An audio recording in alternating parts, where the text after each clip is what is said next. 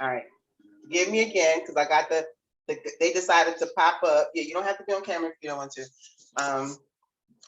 Let me just let y'all see my face one time. Hey, y'all see I'm working from home. That's why y'all hear all that noise, because they decided to cut my grass and stuff today. They just come when they want to. They're willy-nilly. All right, so it's 11:03. We about to get to this popping. Everybody's good. All right, cool. I love it. I love it. I love it. All right.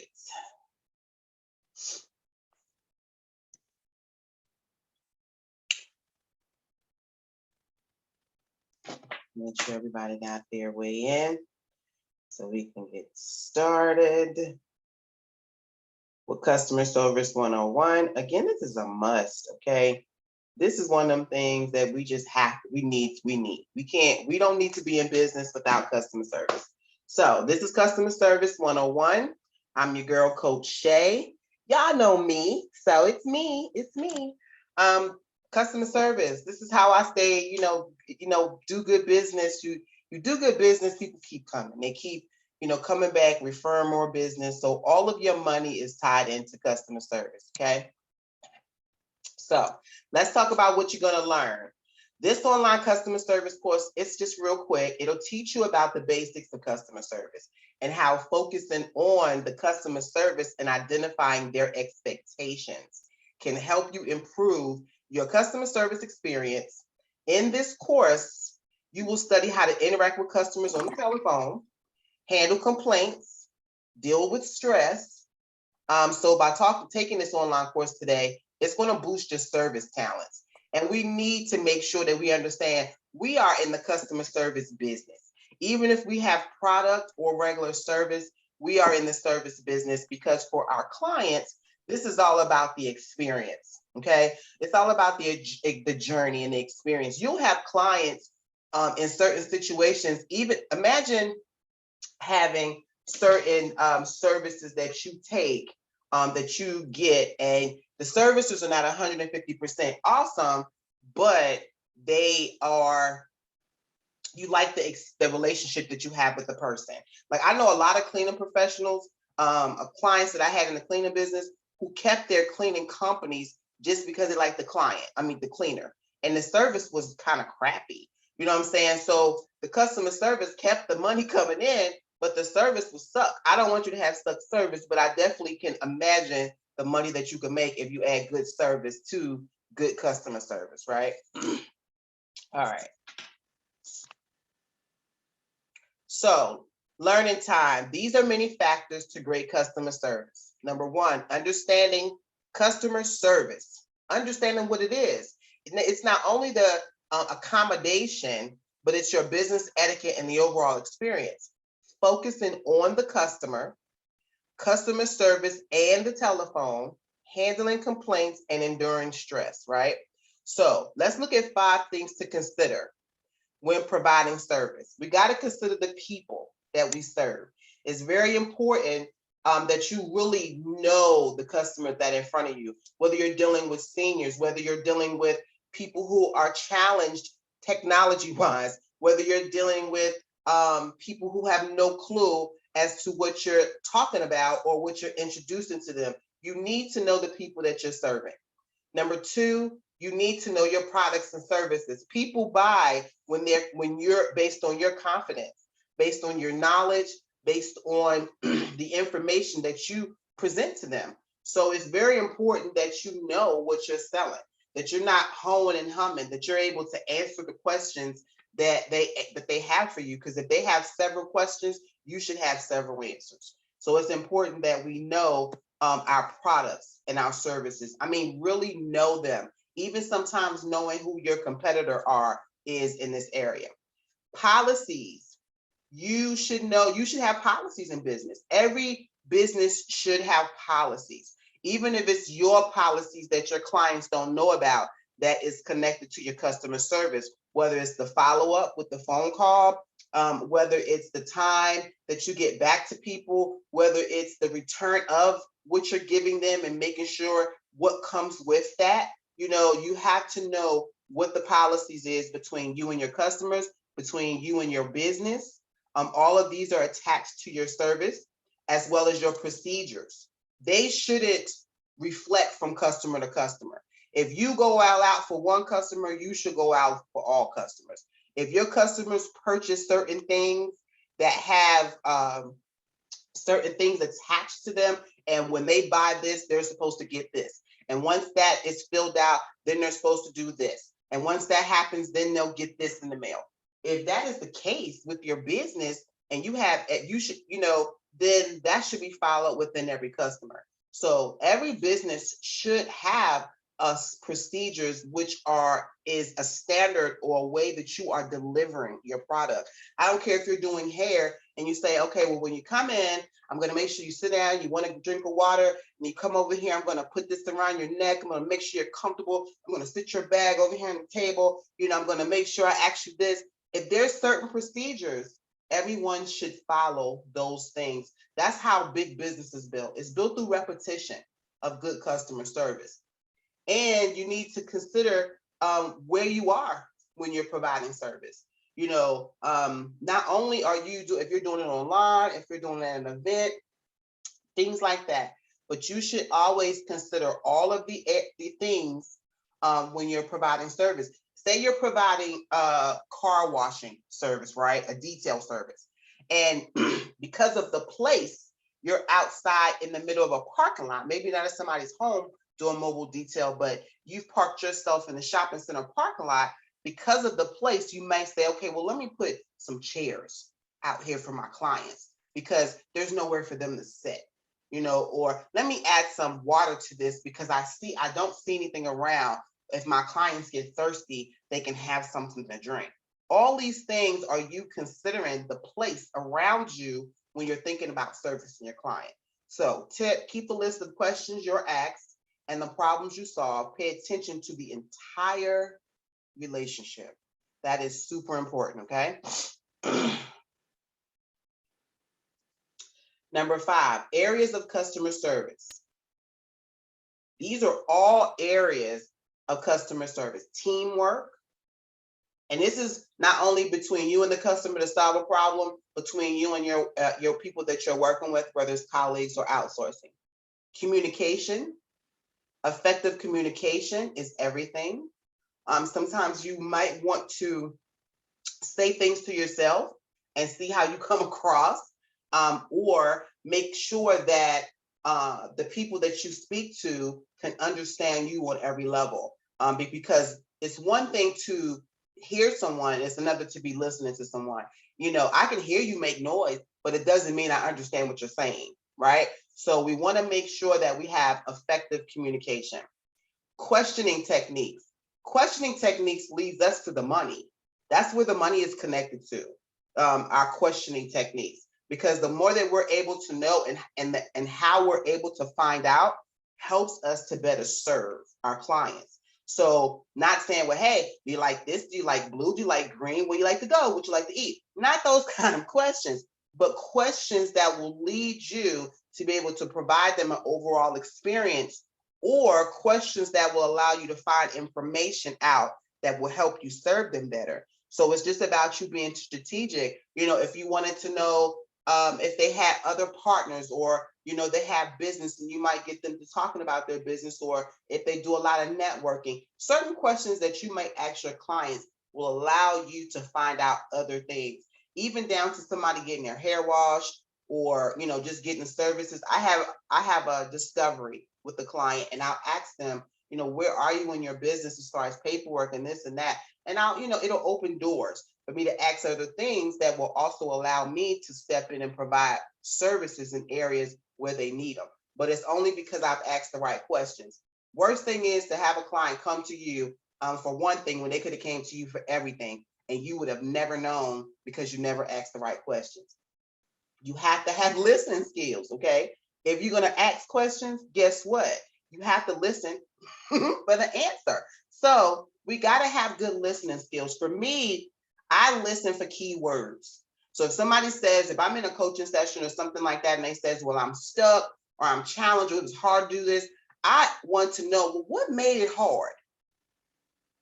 I'm not going to just say, okay, it was hard, so I'm going to do it for you and make it easier. I need to know what made it hard, because I could even unlock that problem where that can be off the table. You handle that now, and we can be on something else that I can help you with and be more effective. So because I ask the questions and I listen as well for words that are like gateways to my solutions, that is definitely a asset to your business if you have good listening skills.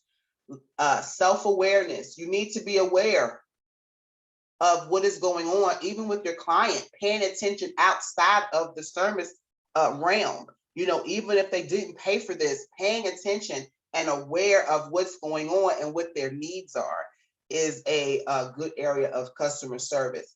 Having best practices. Super important to have best practice. A lot of times we want to reinvent the wheel when it comes to customer service, and we need to do industry rate, industry standard. You know, that's like if you come out the hospital and their thing is to make sure this, and then you put your clothes on and we got to wheel you in a wheelchair to the door, and we got to do this and we got to do that. If that's the industry, it's not you coming in saying, well, they can walk, let them walk. You know, if that is the industry and best practice, then you want to go above and beyond. So I always recommend to people, look for your clients and see how they're operating, see how the checkout process is, see how they're accommodating their clients, because those are best practices. Because when we're saying best practices, we're using and looking at things that work, that provide results. That's when we say best practices. If we say, when we in the process of us building a grocery store, we learned that the better of the two, paper versus plastic, is plastic. That's best practices. It's a part of best practices, as well as having things that you need in play to cover yourselves in certain areas. Example, I have a website, and on my marketing website, we use other people's, after we do your website, we'll note your website and we'll, list you there as an example. In that, please put your phones on mute, please. In that process, we also make sure that we put, we are not affiliated with these, with these businesses. These are just using for marketing purposes, yada, yada, yada, yada. So those would be us making sure that we are pretty much staying compliant, you know what I'm saying, and using best practices of our industry. Being able to handle difficult customer, you resolving that issue and how you resolve that issue is an area of customer service.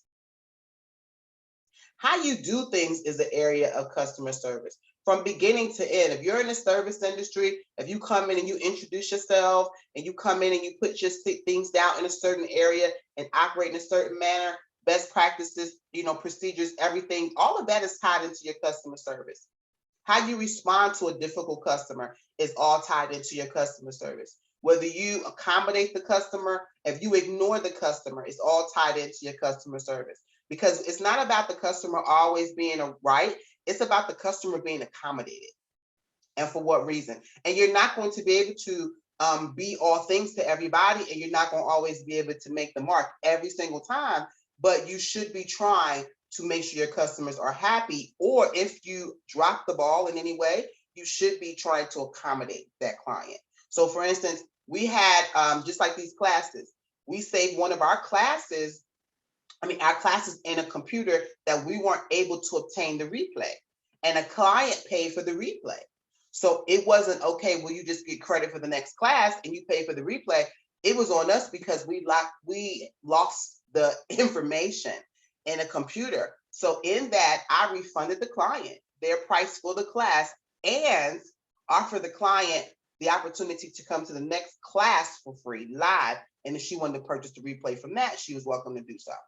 But that was me accommodating my dropping of the ball, because even though she wasn't able to show up for the class she purchased the replay, but she knew she may not be able to show up.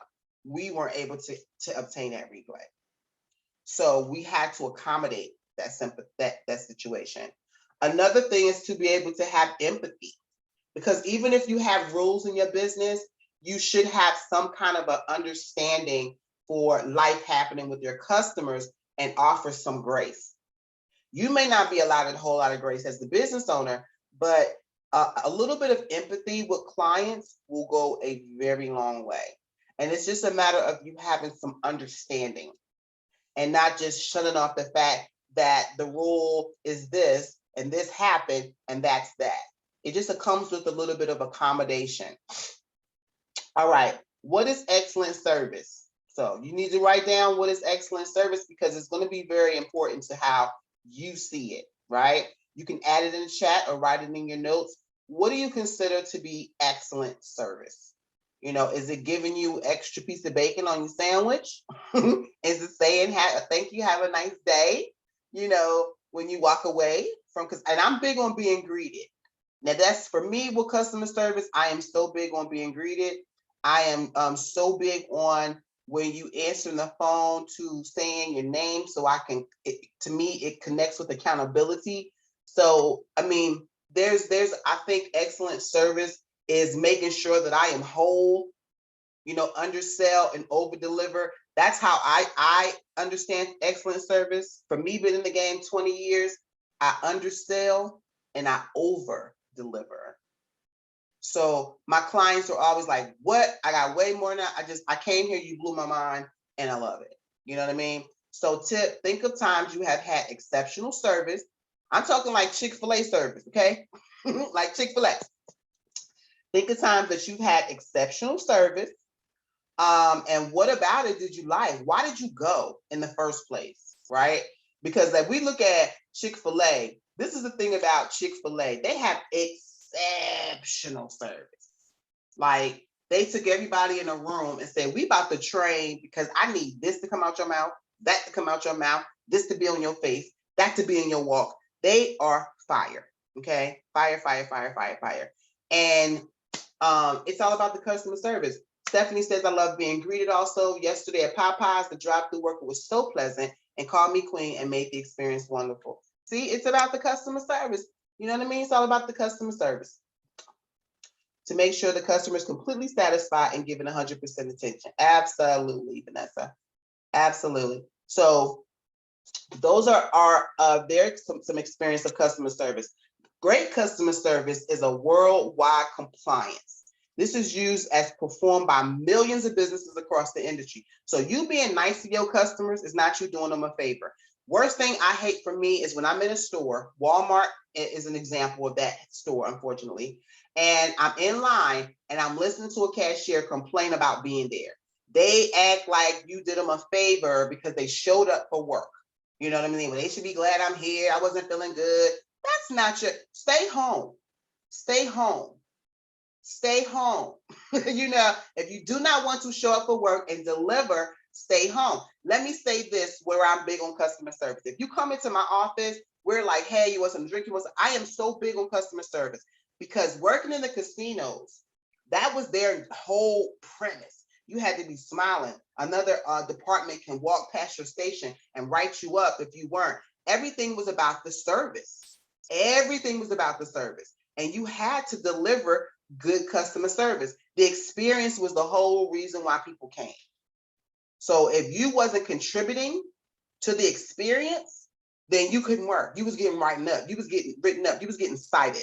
You know what I mean? Because it was all about that experience for the paid client.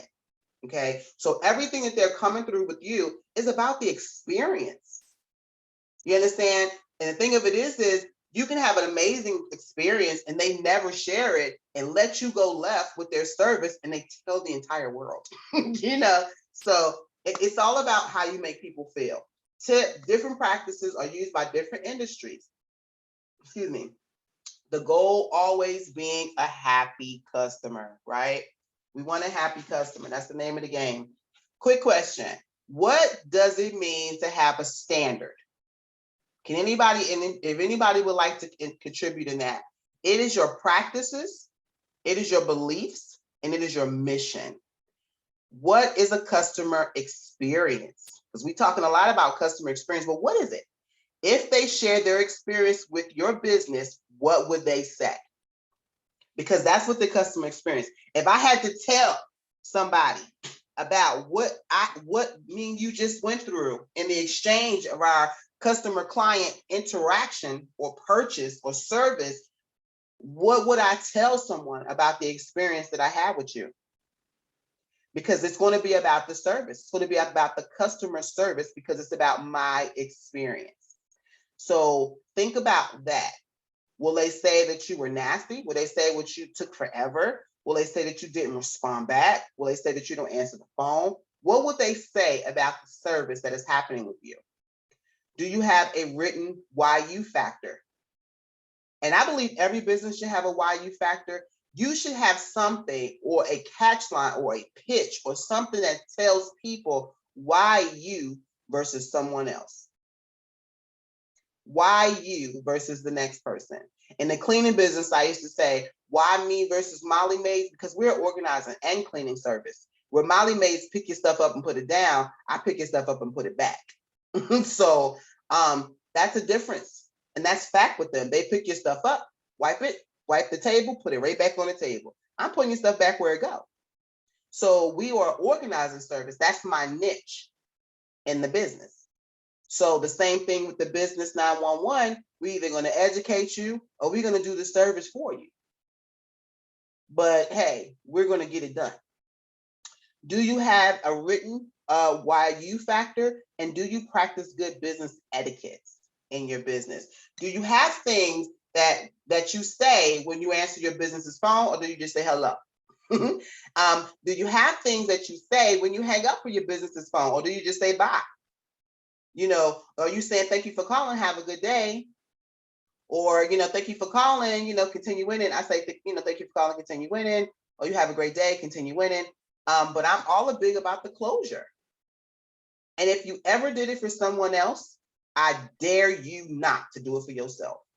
If you ever worked in a job and you picked up the phone and you answered the phone in a certain manner, then I dare you not to do that for your business. There's no way you should not be going above and beyond when it comes to customer service for your business. So what is business etiquette? It's a set of manners that is accepted or required in a profession, right? It all depends on, now we have a general business etiquette, but then you might have some that say you got to go above and beyond, depending on what you're doing. So tip, different businesses have different requirements and all may be a form of customer service. Make sure you research best practices. Let me tell you one of the forms of business etiquette based on an industry. So I just had a massage. I get a massage at my home. I have them come to my home, rub me down. You know what I'm saying? I like that, rub me down. So in the process of her rubbing me down on this table, she got to my arm. And I went to lift my arm for her so she can go ahead and rub it. And she said, no, you don't lift nothing. You know what I'm saying? I lift all your fingers, your arms. You lay there like dead weight. That was in her customer service. Like, I do not participate. She does it all. You know what I mean? I like that. That was good customer service, right? I had the music and everything. So that was about the experience. So if I'm telling it and shouting it, I'm talking about the music, I'm talking about the warm bed, I'm talking about all the things that she brought to the table, which is my experience. So you want to make sure that people have that experience. Name 3 things you think to improve or complaints you have about some businesses. So name 3 things. I'd like to see one thing in the chat. Name one thing that you think could improve or some complaints you have about some businesses. Now, I remember I used to go to one, you don't have to name names. I used to go to one really famous crab place here in Charlotte. And sometimes they wouldn't have condiments. They wouldn't have hot sauce. They would, it was just like, okay, excuse me, but you are a restaurant. You know what I'm saying? Like, and it's unfortunate that certain areas, the business is definitely different. You know what I mean? That I have seen that. So you have to think about those things in business. These are areas you should be working in to be exceptional if you were business owners. So this is one of the things how I operate, right? She said the gas stations.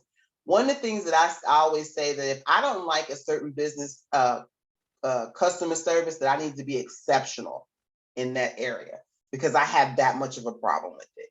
You know what I mean? So I don't like to be a walking contradiction. And that, to me, that's what it means. That if I have a problem with something, but I'm not practicing the thing that I have the problem with, but yet I have a problem with it, it's just so ludicrous to me. You know what I mean? But that's a story for another day.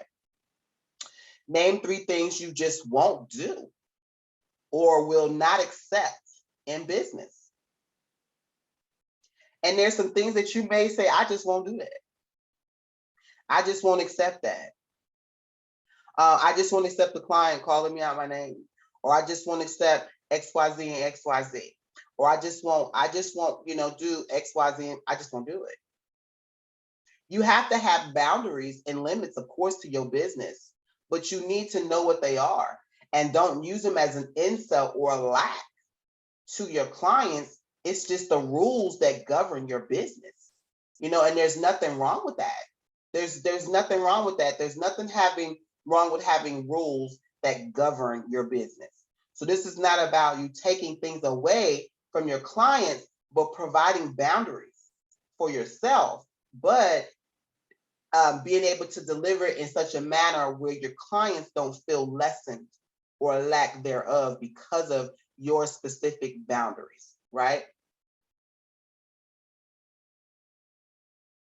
All right, so let's look at what's next. So why you? So we talked about this. What makes your business worthy of being supported? Have you determined your why you factor? Because remember, that's super important that you know what your why you factor is.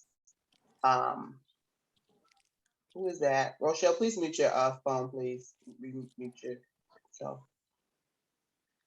It's important that you know your why you and what makes your business worthy of being supported. Because we feel like, okay, we put it out there. Why are they not biting? But why should they bite?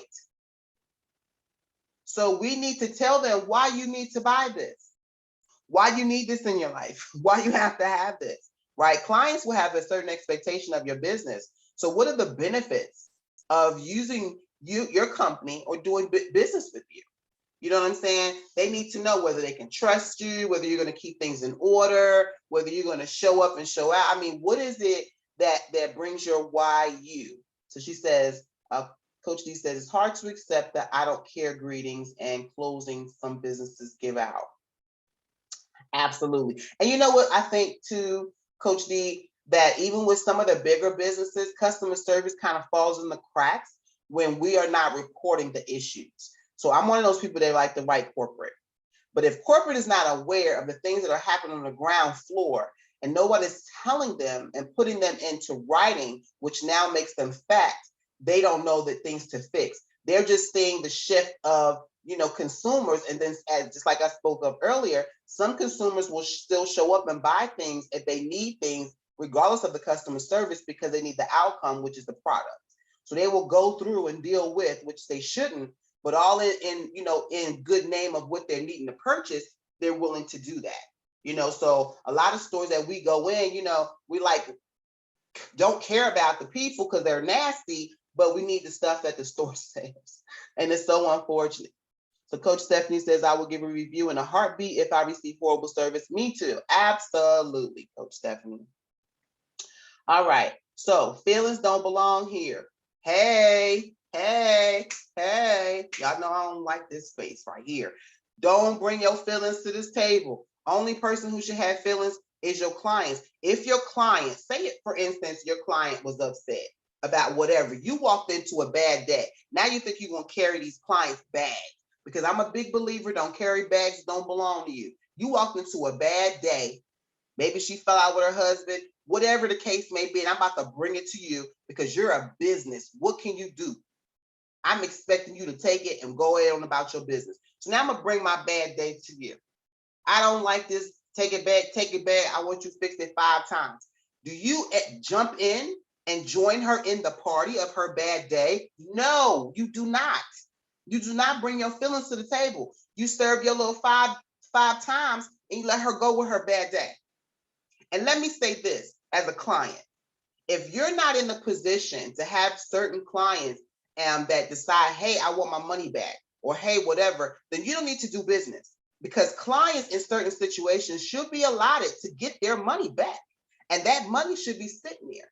It's not because you lived off of it, now you don't have it, you don't want to give it back, you're trying to give them. No, they should, in certain situations, they should be able to get their money back. And their money should be sitting there, especially if they went to purchase a product. Their money should be sitting there. And you as a business, even down to the point, that's why they always tell you the price 3 times the markup in pricing, especially for products. So if you spend $5 on a product, you should be charging $15 for this particular product. The $5 that you spent, $5 to get it back, and $5 is profit. But the reasoning, another reasoning why is, say for instance, Jane Doe says, I didn't get my product, or whatever the case may be. Now you need to issue her another product. That money has to come from somewhere, and that product has to come from somewhere. It's not, oh, well, sorry, Jane Doe, I hate it for you. The mailman just, shame on him too. No, you have to be a business and step in and accommodate. And that may be at the expense of your business, but you would rather her be accommodated than her put a review and take away all more business. So you decide if you want to spend $5 to replace it and send this woman her stuff, or do you want to lose $50 because now she's put a review out and 10 customers who was coming your way ain't coming now. You have to be strategic, keep your feelings out the game. Make sure you are running business with logic, okay? Fact or feeling. 5 immediate things you can do to change your outcome. Be on time. Hey, be on time. I'll say be on time. Show interest. When you're in front of a client, show interest. Give respect. Explain a clear plan of action as to what we're going to do, and pay attention to nonverbal communication. I mean, eyes, arms folded, eyes rolling, whatever the case may be. As a business owner, we have to pay attention, because if there's some way, hey, well, you look like you didn't understand that. Did you, that you might need more information? I'm not gonna say you understand it. You look like you had some questions about that. Did you have anything you wanted to say? Well, yeah, because I wasn't sure about this, and that, and the third. But if I'm not looking at those facial cues or their nonverbal cues, I'm just running off at the mouth. And then at the end, expecting her to buy. When she had questions, she wasn't sure if she could jump in. She may not have sure if she should answer, but because I paid attention to the verbal cues, I was able to stop and say, hey, what does that sound like for you? You look like you might have some questions about that. Well, yeah, I did. Da, da, da, da, da, da, right? So those is where we pay attention. And you might get an upsell from those verbal cues. If you said certain things that triggered, they liked it, and then you went in a little bit deeper on that because you watched the face. The face lit up when you said that. Hey, well, let me speak to you a little bit more about this, because it seemed like, you like that. Okay, whatever the case may be. Happy clients are spending and referring clients. Bottom line, that's what we want, right? So, how is your phone etiquette? Are you pleasant? Are you quiet? Are you attentive? Are you patient? Are you kind? And are you understanding? Very important, because if you're quiet, you should be when you're listening. You should not be listening with the anticipation to speak. You might do that in your personal relationship and cutting in because you want to get it out real quickly. You can't do that because it makes your clients feel unheard. So what we'll do is we'll write things down and that we're going to touch bases on when they finally finish speaking. And we're going to address their concerns first. And then we're going to offer a solution and next steps. But we have to confirm what we heard. Let me make this right. I just want to confirm what, make sure I'm helping you. You need this, you didn't get your paperwork. You want to go here, here, and here, and this, and this. Well, yeah, okay. I just want to make sure, because I don't want to be, and that's not you saying it to them. You to yourself should want to make sure that you're solving the right problem. Okay. Being attentive, that's you just, being on it. Or even if you're not able to drop everything and be on it when the client calls, to let them know, hey, I'm definitely going to get back to you, and make note of that. Being patient And that's for even with them to be able to express their problem, or waiting for them to get to the computer. Maybe you're trying to explain something, they have to wait for their phone and then wait for their computer to load. I've had customer service reps stay on the phone with me for 30 minutes at times. And I'd be like, you know what? Thank you so much. Because I am so lost prior to calling you, you know. So super happy they took the time. The computer had to restart. They was like, I'm right here. I'm right here. I'm right here. And I loved it, you know. Kind, patient, understanding. And understanding does not mean that you confirm that, you know, the problem. You can understand and say, you know, I'm understanding what is going on because I need to understand it so I can help you better, right? So let's look at the top 20 best practices. All right, we're gonna go through this real quickly. On your feet, stand when meeting somebody or shaking their hands. Don't sit down, they've got to reach down. That's so tacky to me. On your feet. Listen carefully, be present and pay attention. Call back. Number 3, call back. There's fortune in the follow-up, and that's all the time. We miss so much money when we don't do the follow-up. Number 4, the art of appreciation. And that's just thank you. Emails, texts, gift certificates, deals. Thank you for your time. Thank you for your patience. Thank you for your business. You know, whatever that looks like. Number 5, not using spell check, grammar. I am horrible at grammar. I'm just going to be honest with you. I am horrible at grammar. I work on that. That is one of those things that I am working on. Not being horrible in grammar, but it is important when possible to check your grammar. If you see little squiggly lines under stuff, it means it's not spelled right.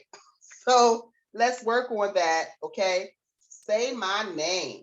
Say my name, say my name. You know, if it's around you, say, baby, I love you. You got to tell me my name. And that's one of the things that I do when I'm calling businesses. I hold accountability. I hold accountability. Listen, I hold accountability for those people answering the phone. So when she answered the phone, hey, this is such and such, Brenda speaking. Hey, Brenda, I'm calling Brenda out. Because now, Brenda, if you decide you want to hang up on me by accident or whatever, I know Brenda's name.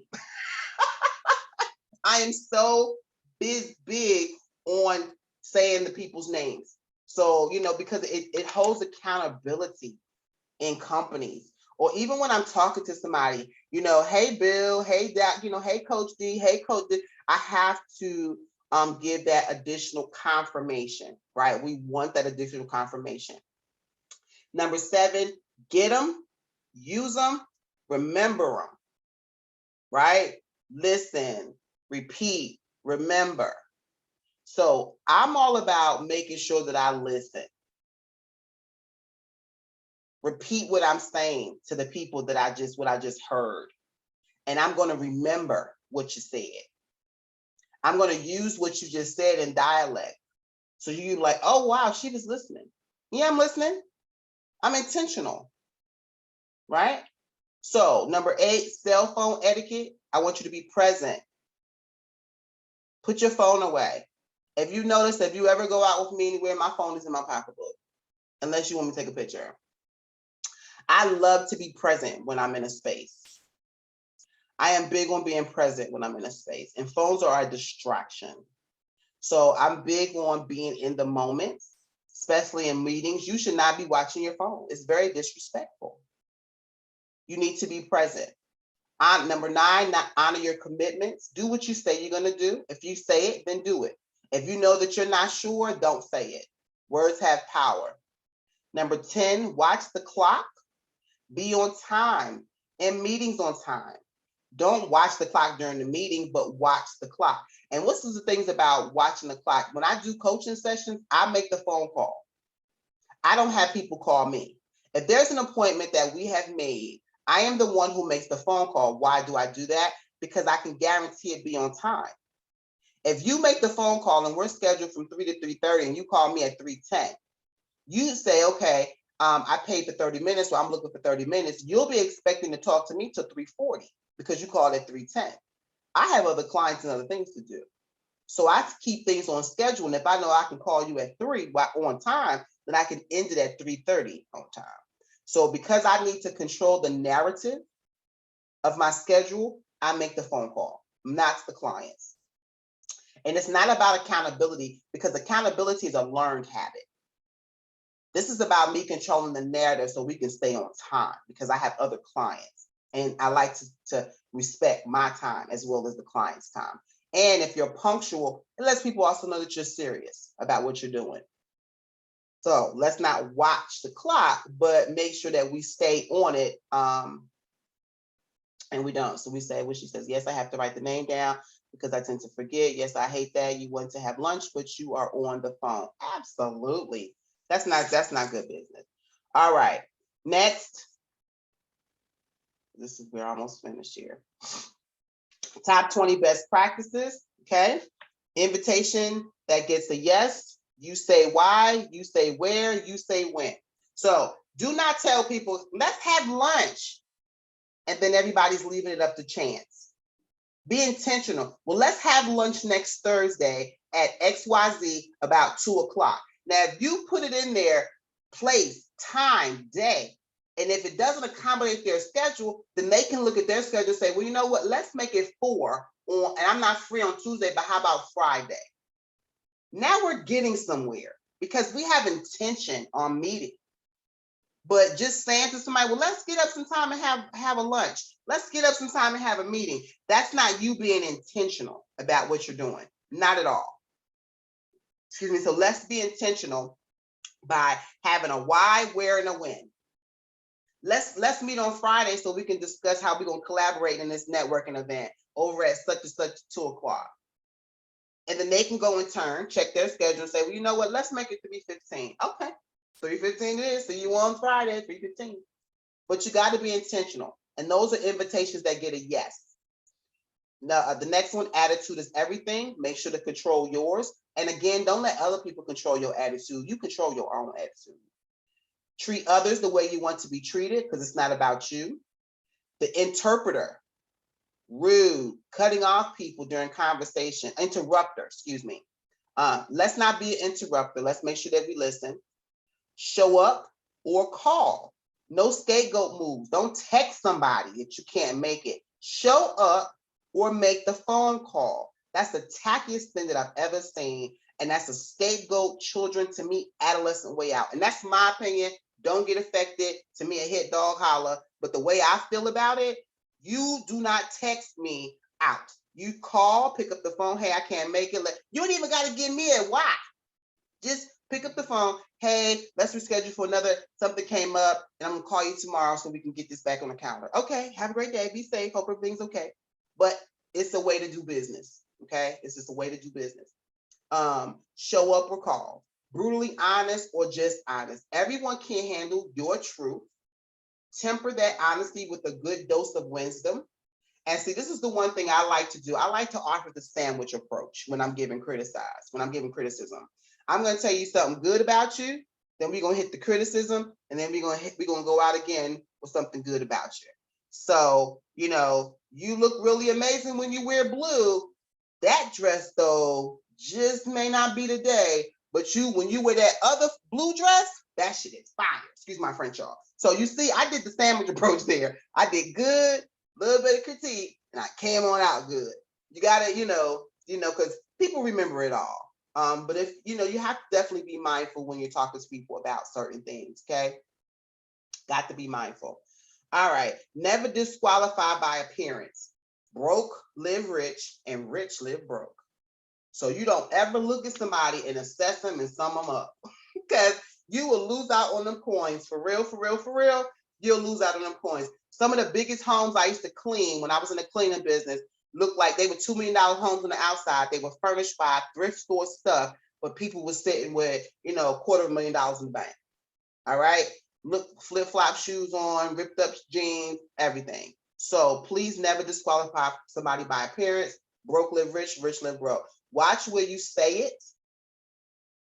Closed eyes are not always shut. Okay, that's what that's supposed to be.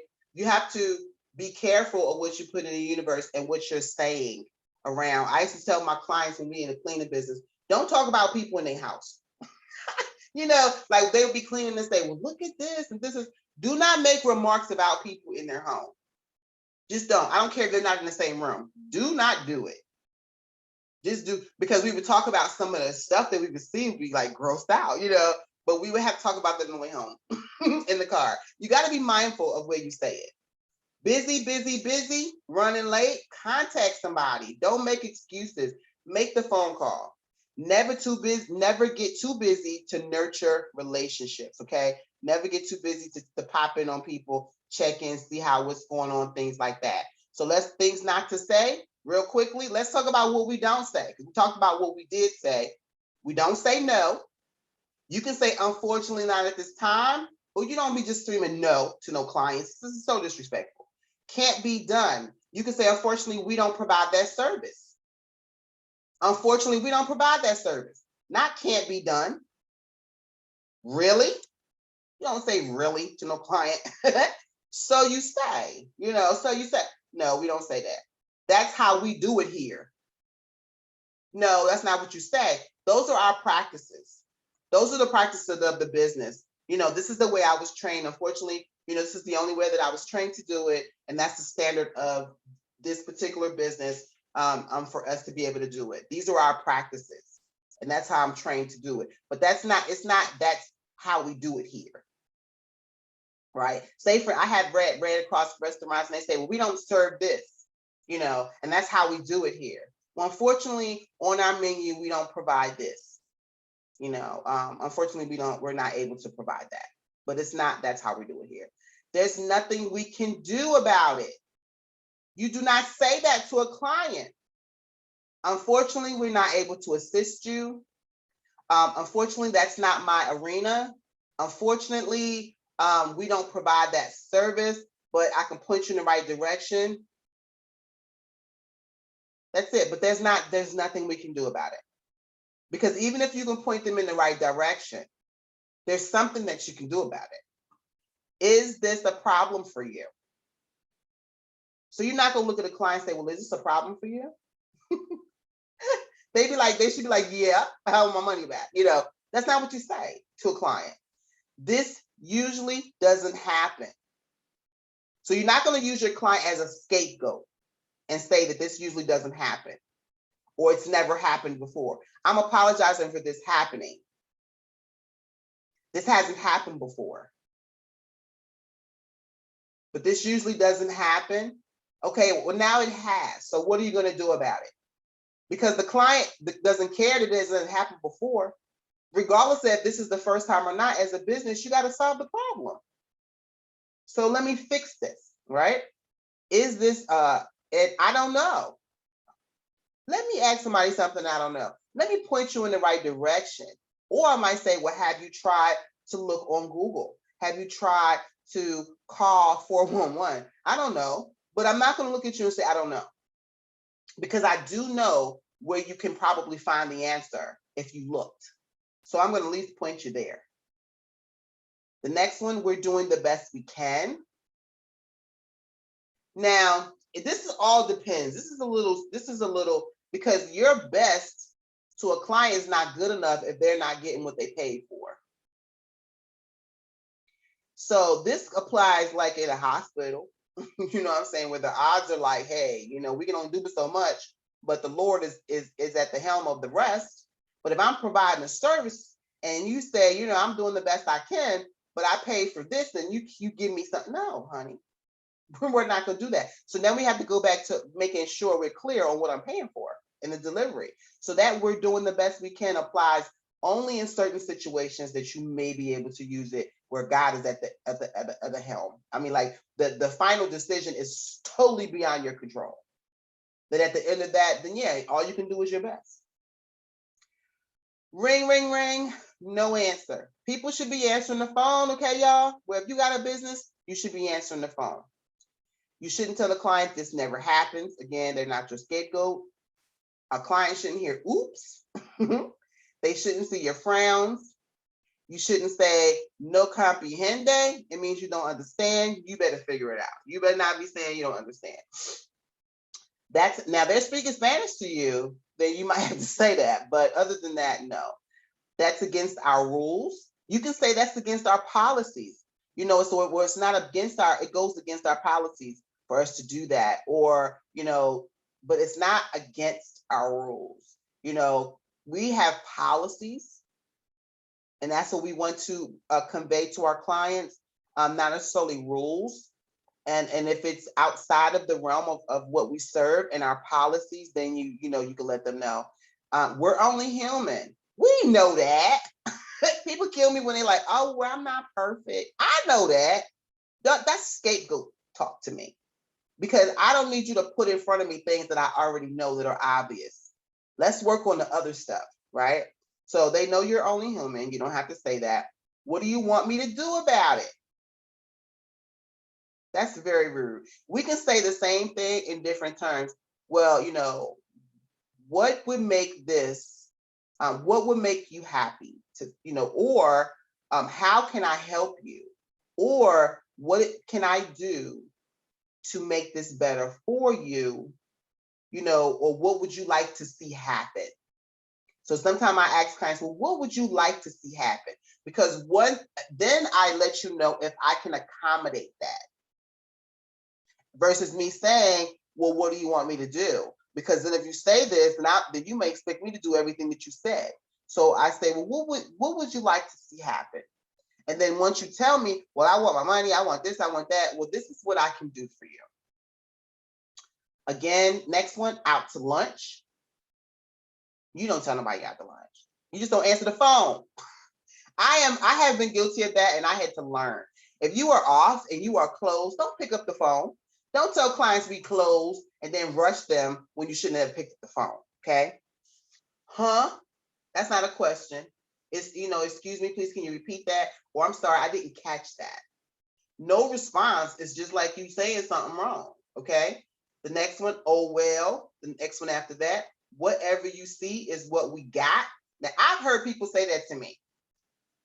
What we have here is all we have available right now. But, you know, whatever you see is what we got. It's not a bad thing to say. I just don't think it's good customer service. And it's possible. So it's possible. It's so open-ended, you know, and that's also telling me for a client, it's possible means yes. So for a business, you got to be mindful what you're saying to clients, because they perceive and interpret things a whole another way, you know what I'm saying, than what we say. So really quickly, results of great customer service: increase of business because clients buy more. This is what customer service does for you once you have good customer service. It increase of referrals from customers who love to share their experience they had with you. And it also increase of recognition that you have service like no other. Look how we shout out about Chick-fil-A, but at the end of it all, it's added to money. So just because you can doesn't mean you should.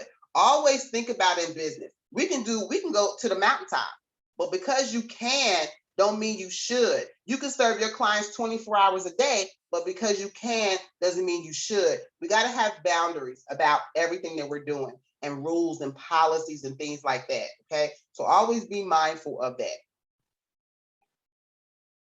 Offering services outside of the policy or scope of work. Justifying mediocre service. This is people justifying mediocre service. Well, it was free. It was on sale. I gave them a deal. They took too long. These things should not intervene with your service. You should be delivering 100% grade A service regardless if it's free.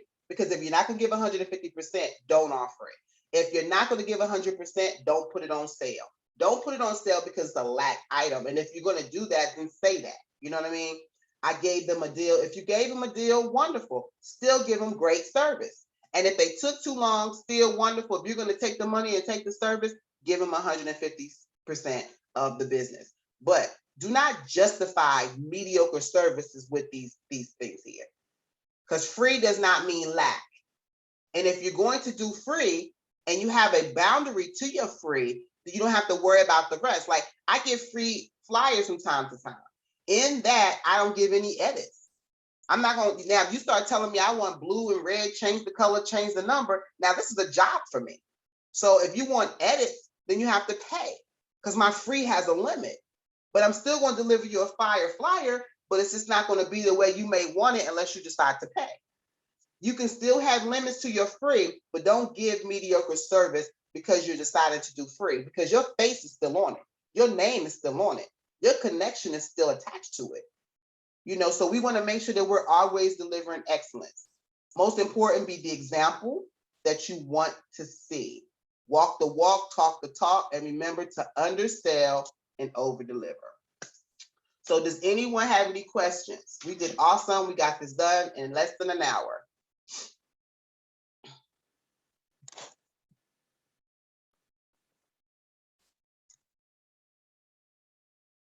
Hey, everybody, no questions? We're good? This was great. Awesome. Awesome. Thumbs up if you like the class or you took something away from the class. If you learned something from the class, thumbs up, you can put it in the chat. I just want to make sure that everybody is here. I know you're not able to, show your face, but if you got something from today's class, please throw a thumbs up for me. Because customer service is awesome. We have to have good customer service. It's definitely attached to our business and to how we make money. Business etiquette is very and very important, very important. All right, everybody. So I'm super excited that you guys was able to attend. I see all the thumbs up in the class. Coaches that attended today got their 20 points. Any additional, let me know. If anybody need the replay, they can also purchase this replay for $10. But otherwise, you guys have an amazing, amazing Thursday. And I will see you later. If anybody's going to be at the Canva class this afternoon, I'll see you this afternoon. See you. All right, you guys, continue winning. Have a great day.